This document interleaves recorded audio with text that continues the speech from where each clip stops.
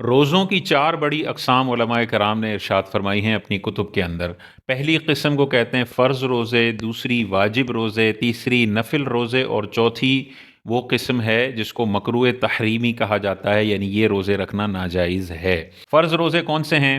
رمضان المبارک کے جو ادا روزے رکھے جا رہے ہیں وہ بھی فرض ہیں، اور اگر کسی کے روزے سفر یا بیماری کی وجہ سے رہ گئے ہیں یا خدا نخواستہ اس نے نہیں رکھے بغیر کسی عذر کے، تو ان روزوں کی جو قضا ہے وہ بھی فرض روزوں میں شامل ہے۔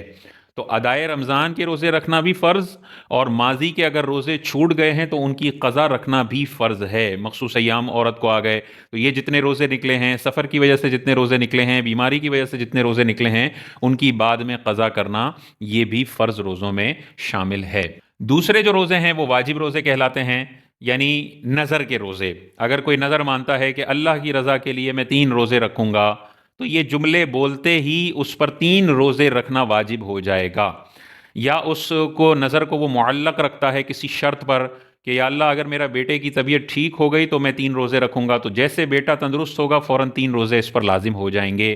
یا اللہ میں اگر پاس ہو گیا تو 3 روزے رکھوں گا، 2 روزے رکھوں گا۔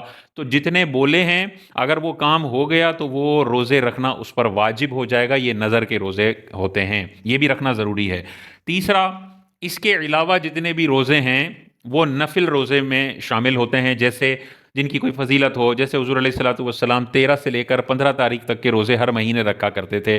اسی طرح شوال کے مہینے میں پہلی تاریخ کو چھوڑ کر باقی 29 دنوں کے اندر 6 روزے لگاتار رکھنا یا علیحدہ علیحدہ رکھنا، یہ شوال کے 6 نفل روزے ہیں۔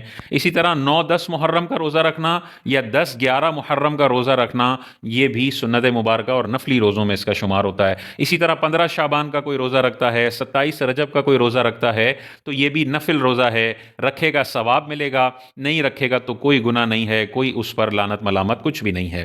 اسی طرح حضور علیہ الصلوۃ والسلام اپنی ولادت کی خوشی میں پیر کے دن کا روزہ رکھا کرتے تھے، تو پیر کے دن کا روزہ رکھنا بھی سنت مبارکہ اور نفلی روزوں میں شامل ہے۔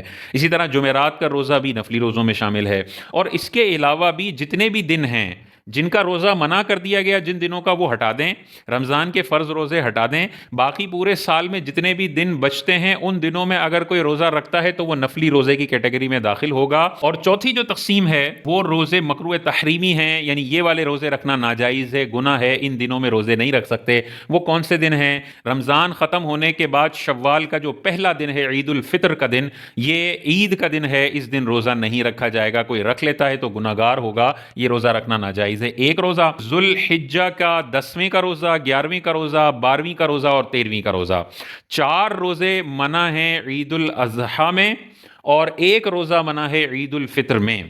یہ کل ملا کر پورے سال میں 5 روزے ہیں جن کو مکروہ تحریمی قرار دیا گیا ہے، یہ روزے نہیں رکھے جا سکتے ہیں۔